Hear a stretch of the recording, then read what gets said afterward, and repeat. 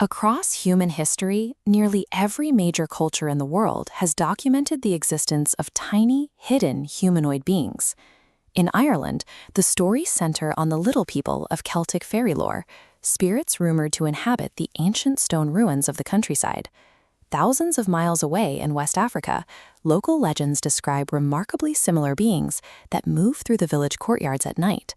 In the remote highlands of Papua New Guinea, people tell of small, elusive spirits living just out of sight among the thatched huts.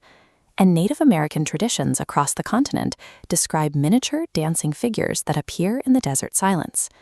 Even with the vast distances between these cultures, the physical descriptions of these beings remain constant, creating a massive anomaly in the historical record.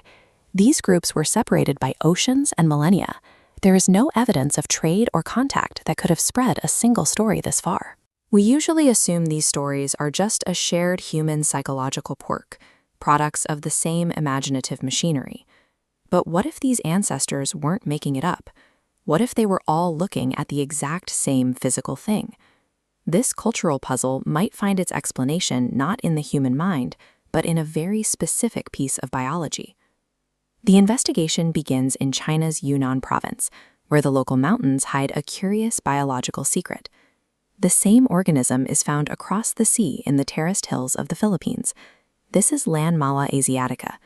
To the naked eye, it's just an unremarkable wild mushroom. Its local name is Shou Qing, which means sea hand blue. When it's undercooked in a stir-fry, it releases a potent toxin that would otherwise be destroyed by heat. Consuming even a small amount of this undercooked fungus triggers a repeatable, hyper-specific neurological event. Instead of a generic trip, people report seeing dozens of tiny figures dancing, milling about, and climbing over furniture in the room. Researchers at the University of Utah recently took a closer look at this phenomenon. By sequencing the mushroom's DNA, they were able to isolate the chemical profile that causes these distinct visual distortions. They discovered that the hallucination pattern produced by this mushroom matches the physical descriptions found in those scattered global myths. While this specific species is native to Asia, the theory suggests that ancient human migrations or trade could have spread the memory of this fungal encounter across the globe. DNA sequencing has provided a biological link that aligns with the little people accounts found in ancient folklore. This suggests the little people of world myth aren't just fairy tales invented from nothing. These stories may be a distorted historical record of a shared biological event. Our ancestors were likely trying to categorize real visual input caused by accidental fungal poisoning.